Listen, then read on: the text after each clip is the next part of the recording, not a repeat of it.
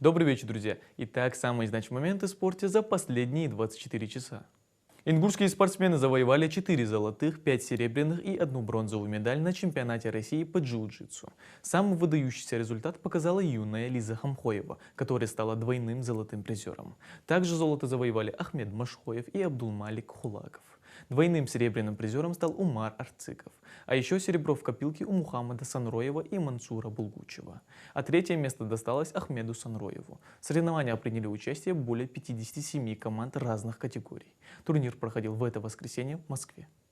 Ингушские спортсмены завоевали 3 золотые медали на фестивале единоборств Ронин-2025. Ибрагим Тумгоев стал двойным золотым призером как в дисциплине ги, так и в ноу-ги. Еще одна золотая медаль у Дауда Целоева в дисциплине ноу-ги. Фестиваль Ронин-2025 собрал участников из разных регионов России, что делает достижения наших земляков еще более значимыми. Соревнования проходили в эти выходные в Таганроге.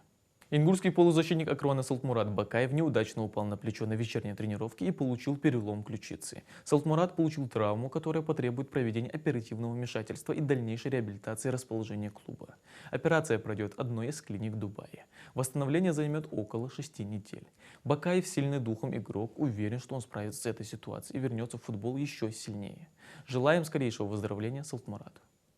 Воспитанники спортивной школы Нестеровской завоевали золото и серебро на открытом первенстве Приволжского федерального округа по греко-римской борьбе среди юниоров до 21 года.